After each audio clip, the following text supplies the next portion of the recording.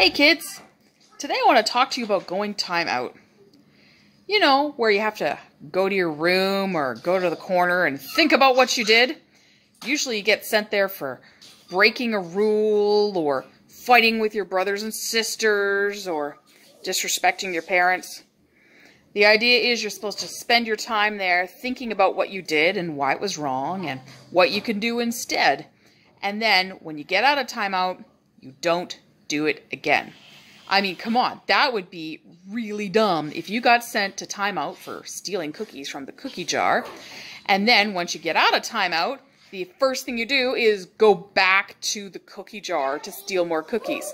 Because what's going to happen? Your parents are just going to send you right back to timeout. Well, did you know that God had sent his people into a big timeout? In the Book of Ezra, we read about how the Israelites are just coming out of timeout.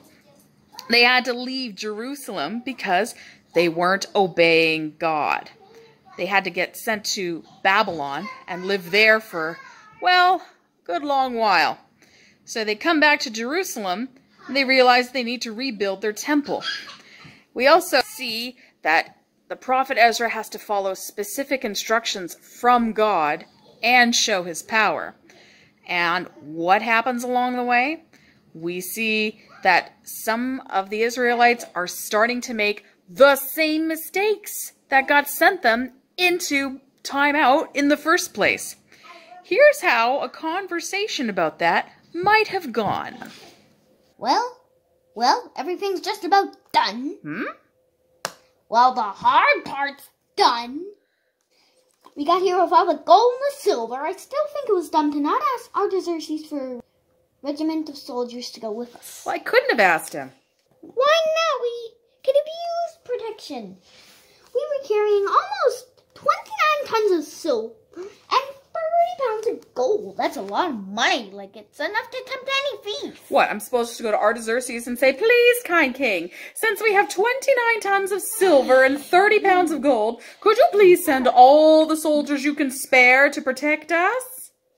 Well, it sounds reasonable to me. That would have been dumb. Hadn't I told Artaxerxes of the great power of God? But that would have... But, would Artaxerxes have had any respect for a god who needs the protection of a man? Shouldn't it be the other way around, man needing the protection of God?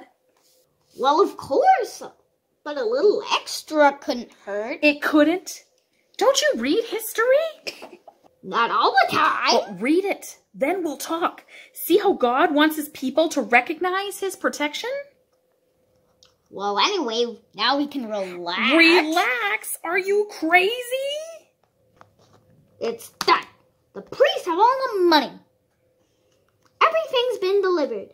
Time to put up the old feet, sit back, and... Get to work! We've been entrusted by Artaxerxes to see that everything is done according to his decree.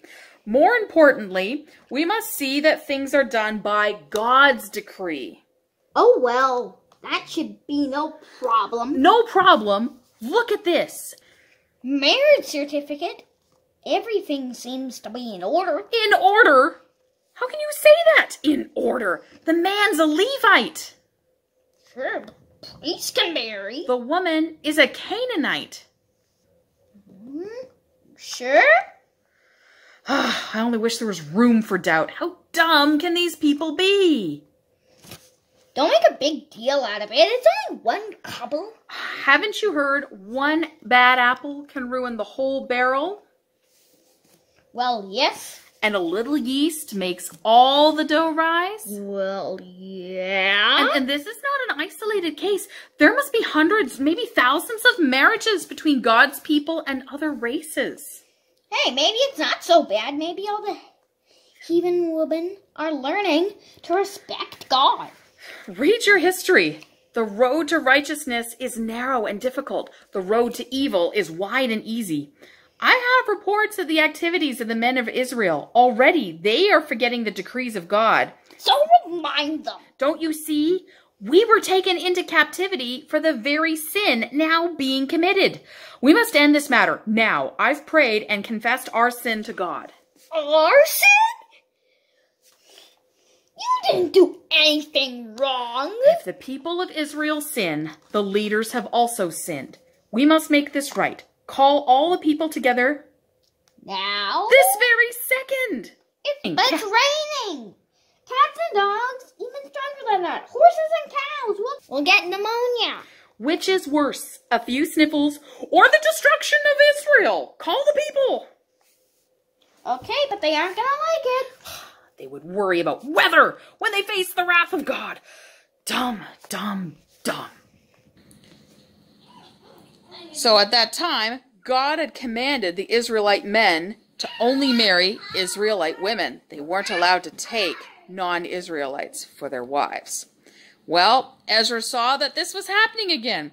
One of the exact reasons that they got sent into timeout. They would have called it exile back then. Well, Ezra set about to fix it right away. So if you catch yourself making the same mistake that gets you into trouble, stop and fix it right away. You can pray to God and ask for help with this, but you need to find something else to do instead of making that same mistake. Well, thank you guys, and God bless.